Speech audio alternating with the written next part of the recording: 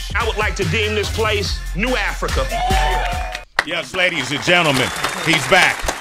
He's back bigger, better, stronger, wiser, richer, happier.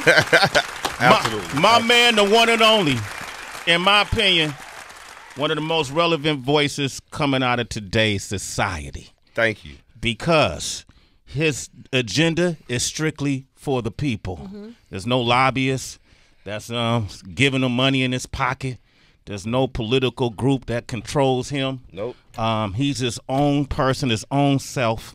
Easily one of the hardest MCs that's come out of rap music, especially from the South.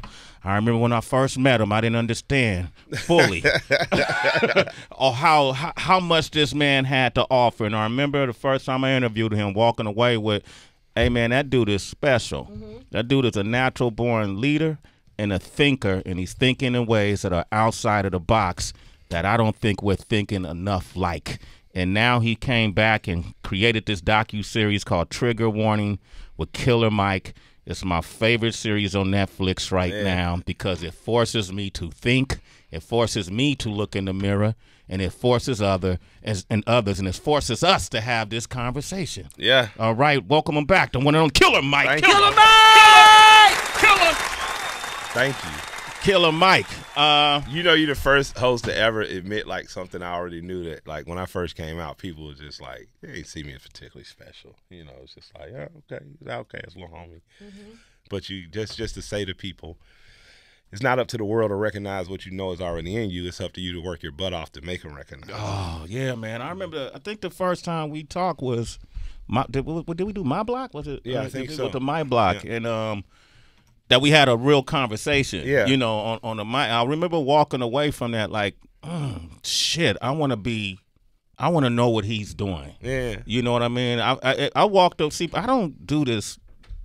It's a mutually beneficial, you know, relationship. When we Absolutely. I'm learning from these conversations. Yeah, steel sharpens steel. Ain't no cut against sharp going through butter. Well, come on, man. And some of the things, like even playing that clip and the way you said, if it ain't good for black people, It needs to be burnt the fuck down right now. where did that come from? That's the truth. Okay. Why is that? Speak on it. And why isn't that? You Okay. were, as a people, as an individual, anything that does not benefit you as an individual or grow you or help you in a positive way, you would advise your friend to get out of their lives, right? So as a community, anything, the community is essentially a larger, you know, individual. As a community, you should not accept things that are not good for you, and things that are not beneficial for you, you should not keep accepting. You should cut those things out. Excuse me, I'm sorry. A little bronchial. Or find your way around those things. You know, and if you do that individually, your life becomes better. And if we do that as a community, our life becomes better as a community. And once the community does that, the bigger community benefits from that. Okay. So the stronger the black as an individual is, right? The stronger your general community is, because other black people are doing the same. The stronger the black community becomes, the stronger the greater community becomes. And you kind of go into depth in this in one of the episodes. If you haven't seen this docu-series, Trigger Warning with Killer Mike, or at least I can apply that ideology to the episode Living Black. Yeah. And you talk about how in Tulsa back in the 1920s, you know, there was a Black Wall Street. Black people had to, you know, buy with each other. Well, I talk about the black community, period. I don't Okay. want people to hear Black Wall Street in Tulsa and think that that was the exception. Okay. No, that was the rule. That was not just a Black Wall Street in Tulsa. There was Auburn Avenue in the Edgewood District in Atlanta. There was Harlem, New York. There was Inglewood and places like Watts, and there were places like St. Petersburg, Florida, you know, North Miami. You have went places and built yourself quicker than any other community of people ever. You were enslaved in 1865. By 1885, you already had banks and already had acquired millions of acres of land. Right? My great-grandmother, who I knew up until the time I was 10 when she died, her mother died a few years before I was born. Her mother was born a slave. Her daughter, which is my great-grandmother, died a landowner. Her the daughter of a slave died a landowner. And well, what significance does land ownership have? Well, you pay your landlord because they own your land. You know, you pay corporations because they own your land. My sister just called me last night and said, Auntie sold some wood off the land, so me, you, and Lovey have a check to split up. You know what I'm saying? That's what land ownership does. So for me, I've seen no group of people accelerate financially as quick as we've been able to, education-wise, as quick as Dick Gregory often talked about that. So we need to congratulate that, and we need to focus in and make that light a laser. So instead of the gas station or bodega that you currently go to, you need to find one that's either black-owned, or one that hires black people, or one that is sympathetic and empathetic to the community and treats you well. Yeah. You support those businesses there, and by support the community, you grow a stronger community. You have better relations with other communities. And and talk about how does that benefit the other communities abroad or over. When Harlem was popping, so we off Tulsa. Tulsa was one. Now we're gonna go to Harlem. When Harlem was popping, stores, be it seamstresses, dry cleaners, clubs, goods and services, even the numbers game came out of Harlem. So people within Harlem benefited from that. And guess what people who were outside of Harlem had to do? Spend money in Harlem? That's it. Yeah. That's it. That's how you benefit the bigger community. A lot of the gas stations that are around the country that are smaller, that are not the big chains, right? They're financed by black banks. Black banks are willing to give Indians and Arabian people who want to put gas stations in your community because they know they're a good investment. They know you're going to pay 10 cents extra for gas. They know you're going to go there to buy your Snickers and your Hoo-Hoos, right? We aren't lining up to take advantage of those same things, and we aren't banking with those banks. If we bank with those banks, do our credit cards with those banks, start to build a relationship with those banks, then we get in line for those things, and then we start to become the merchant class in our communities. Thus, because of capitalism and competition, you push the other competition out. Speak on I'm not sure at the front of which episode it is, the statement that if you believe in capitalism. Oh, Malcolm, you believe in racism. It's impossible to believe in capitalism as a white person not believing in racism. Break that down as you see it. I mean, capitalism, as we study in this market, was built on the backs of slaves. Yeah, it's just what it is. You cannot believe that we got here by accident or by serendipity or just God willed this nation to be this good. Now, America was a rebel colony that broke from the crown that needed a financial jump and head start. So slavery, instead of looking at it like an emotional issue, which it really is, because it's emotional to take a people, to rob them of their history, to reduce them to chattel, to use a word that simply means black to describe all of them because you don't want to, you don't want to know which tribe they are, which religion. That's hard to take yourself emotionally out of. But as much as I love, the Jessies, the Al Sharptons, as much as I love, my brother Michael Eric Dyson's, I have to listen to other black men who are far more conservative and hear their point. And when you listen to Thomas Sowell or Walter E. Williams, the way they talk about slavery is strictly from a financial standpoint. Yeah. They literally say, yes, you were enslaved. Yes, it was wrong. But here's how it worked for America, and this is why they did it. So when you start to look at it from a financial perspective of this gave America a 200-year head start, you start to understand that, even I have benefited from this capitalism. Not saying I benefited from slavery or anything crazy out there, but because I'm currently under this capitalist system that was built on the backs of my ancestors, I deserve to be a part of it. Yeah. And you're not going to keep me or guilt me into not being a part of it because it's built on my back. You get what I'm saying? Basically, it's yours too. It's you better. Frederick Douglass said the same thing. They tried to talk to Frederick Douglass about going back to Liberia. For what? For what? When I didn't put in all this labor and all this sweat here, I'm going to get some of this. So I'm telling black Americans like Dr. King told you in his last 3 years of life when everybody abandoned him, then nobody want him no more, then nobody love him, because he started talking about money. And he started talking about the land grants that European peasants were given in the Midwest, right? So you come from Poland, you come from Sweden, you was used to cold weather, they needed somebody to make sausage and cheese. They was going to give you more than 40 acres. They was going to give you subsidies to take care of that land, and they grew a population out of that. You deserve that also. And if America never gives you that by way of reparations, you can take that through proper use of capitalism. You don't have to feel guilty for not shopping at nobody's store. Yeah. This is my money. I don't shop at your store because you don't look like me. Oh, that's racist. Whatever. You can call it them. You can, it's your choice. Yeah. My Jewish friend called me after the Living Black episode. He said, I could probably take you 165 days if you want to convert. He said to the Jewish community, right? He said, I can take you 165 days. But my Korean friend, I'm sitting with her the other night. She says, I use a Samsung and drive a Hyundai because they're Korean company. So other cultures don't feel guilty for nepotism. They don't feel guilty for favoring one another. They don't feel guilty for using their dollar in their own economy. And the bigger economy grows from that. I go to K-Town to eat because it's dope. Yeah. But I'm sending my dollar to a Korean community that's going to help build that community, right? I'm just simply telling black people ain't nothing wrong with Browntown. Browntown. And people will come. People like your music. They love Future. Turn it up. Crank it. They crank it high. You know, and if you build that, they will come. If you start to treat your section of town as though it is the place to be, because it is, Whole Foods will have to drag their butt down, and you won't have to drive 40 minutes to go have lunch and feel like you bougie with your friends. But you have to demand that. Killer Mike, ladies and gentlemen. You got to see this docuseries, Trigger Warning, with Killer Mike is on Netflix right now. What I liked, the episode that really stood out to me, too, was New Africa. Yeah, the final one. Wow. New Africa, man. Yeah, it's a mentality. And you use Fela, right, as an example of somebody who created a sovereign republic within a republic. Republic within a republic, and then you went on to do it yourself. I tried. Yeah, we tried and we attempted. Absolutely. Just to show people that the brothers who call themselves Moors educated me on that. You know what I mean? And you have I don't want to. I'm more like Frederick Douglass than I am Fela. Like I like America. Okay. You know what I'm saying? I think that there's an investment that's been made here for me to take out. But in terms of community, if I could create the ideal community, it is a New Africa-like community. It's a community where it is ran for and by the people. It is a republic that's representative of the individual, not just the agreements and rules that are thrust upon them. And in that experiment, because these are all social experiments, right? So it's like taking college kids on a dorm and telling 10 kids you are now the guards, and the other 20 kids you're the prisoners. You get to see the true essence of people.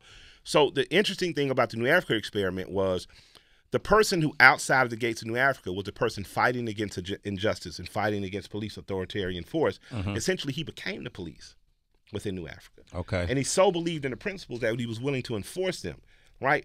He becomes, in a country, what he despised before. So if you look at Haiti with Papa Doc, right? We're fighting against white people, we're getting them out of there. Papa Doc becomes a dictator. Haiti, and what does he do? Oppresses Haitians.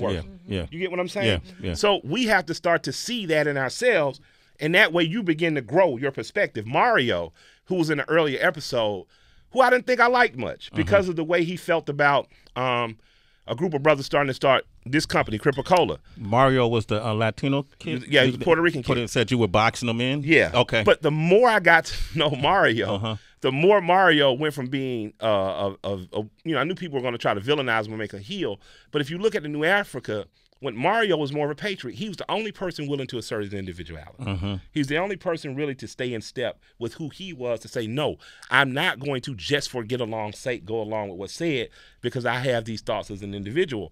So I came out of that experience looking at him radically different than I did before. And I understood what Noam Chomsky said when he says, usually you're giving two viewpoints to argue. And if you argue anything besides those two viewpoints, essentially people look at you like you from Neptune. So the whole show, or the shows, are more about how do I get people to connect on an individual level, to have conversations that we're not brave enough to have now, or that we only take to Twitter and pick a side and argue about. And I believe that individual thinking versus collective grouping and individual interaction stand a better chance at ending racism, classism, than those things. Because once I individually know someone of a different culture, doesn't look like me, he's not of the same sex and thing, and I interact with them on a human level, it's impossible for me to take that bigotry back out in the world. It's the George Jefferson, Archie Bunker effect. Archie was as bigoted as he could be until he met George Jefferson, who was probably more bigoted. You know what I mean? So I hope that this TV series, I hope we get a season 2, and I hope that it begins. I hope that it begins conversations that people are not having now to push us further in terms of progressing versus I'm team this, I'm team that, and I'm yelling at you on Twitter all day. Killer Mike, ladies and gentlemen. I want to talk more about it. We got a lot of people on the phone lines. If you saw it, Trigger Warning with Killer Mike, give us a call. We're going to ask him a few more questions. Yep.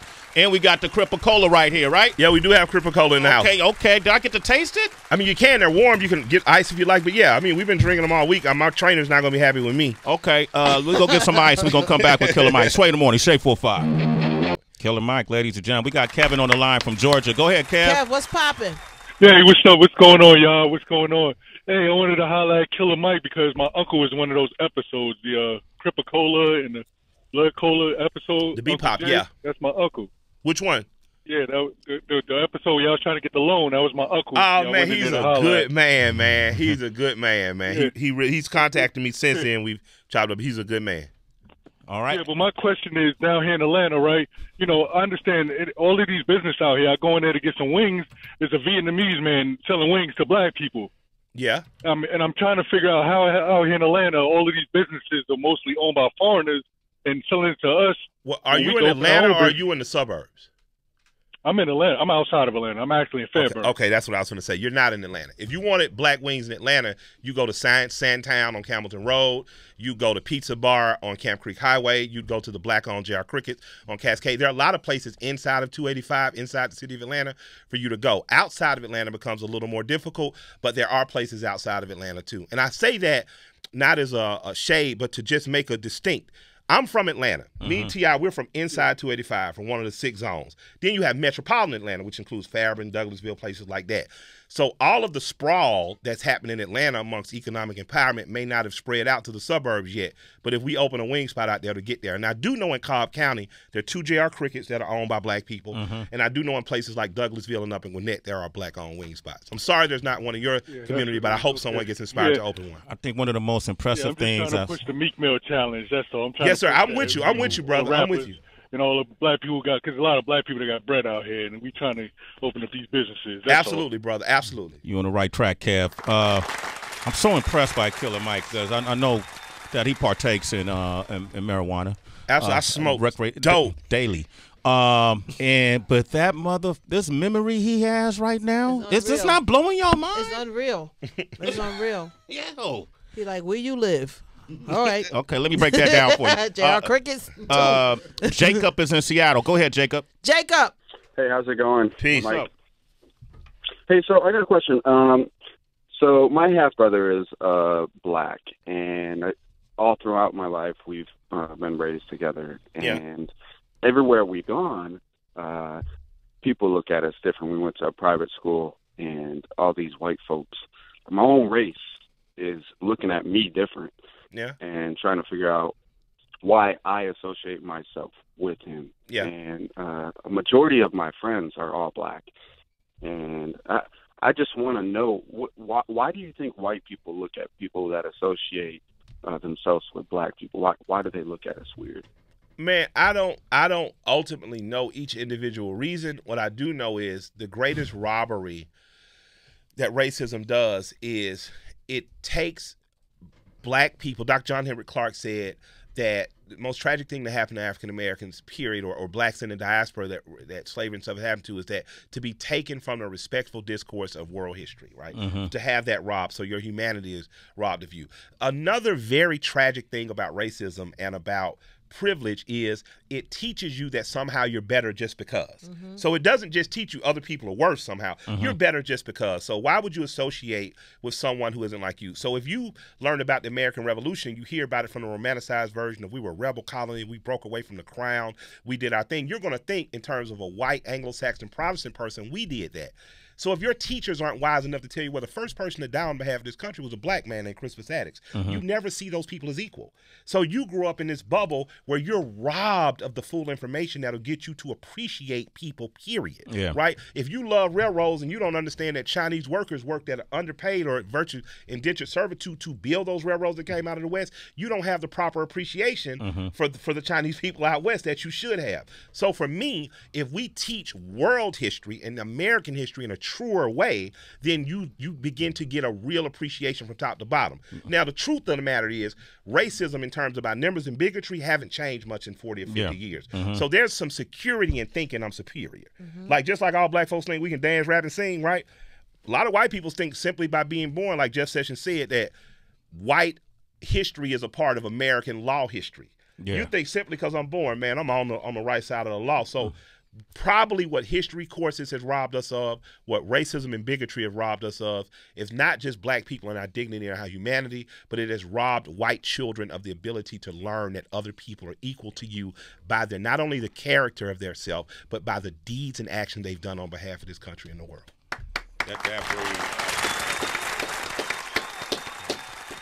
We have some white folks in the room.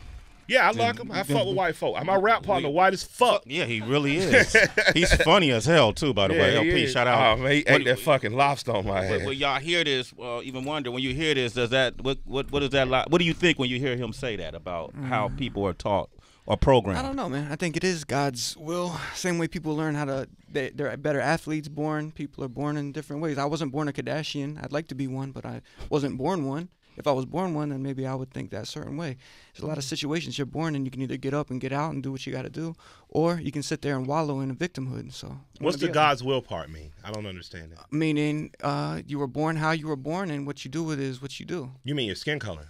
If that's what we're talking about, particularly. Yeah. No. I was talking about history. Education. I'm you talking said white. about. You said No. What I said was this: white children are robbed of true education because they're not giving historical facts that will make them appreciate people who don't look like them. That's different from saying, you're born white, you have a privilege, that's your fault. That's not what I'm saying. What I'm saying is that because our educational system will teach radicalized history that's not true from a proper perspective, it robs you of an opportunity to appreciate your neighbor because you don't see him. So as a black kid, me not seeing myself in the history books is corrosive for me because it makes me think I wasn't there. But it's almost equally and just as bad for you because it robs you of an opportunity to see that others were there. This country is here not because a rebel group of white people just broke off from Britain. It's here because a group of people started to collaborate and cooperate that were also non-white. At some point, the 5 civilized tribes had to help America. At some point, the people who were former slaves who had become freed had to help America. And if all and the immigrants who came in the early 19th century had to, if we all wouldn't have collectively worked together, this country would be shit. So I'm never attacking you on skin color because only God and your parents who were fucking real good determine that, right? What I'm saying is that there's more you can learn historically that'll make you appreciate the other people in this room who don't look like you. And I think that because we're all intelligent people, it's imperative that we partner with, we learn, and we befriend people who are not culturally or look like us so that we can greater appreciate others and therefore create an environment of true equality. Okay, so you feel me though? Like you feel I'm not attacking you as being a white man in a fly ass pink skull cap. No, I don't think it's an attack more so, but it just like your show in general. Like if I was to hear what you're saying right now and I haven't watched it or anything, it wouldn't make me want to watch it. It feels like an attack on. It's a lot of things in the media in general. Is that you want to.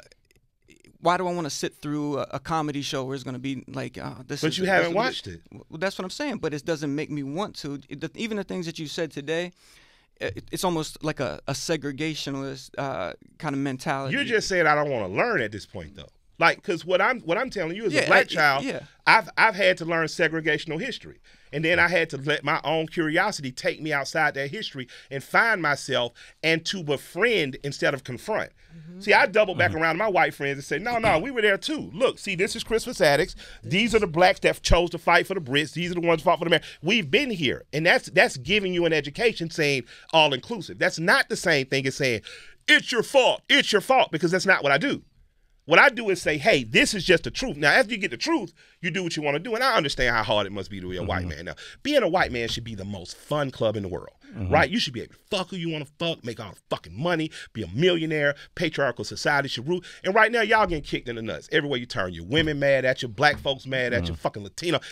So I feel that. But what I'm saying from my perspective in my show, it's not one of attack. It is one of education and it is one of raising a conversation. But if you choose not to do that, you're making a choice to remain ignorant, and you're making a choice to keep white Anglo-Saxon Protestant rule where it is versus being all-inclusive and creating a more cooperative America.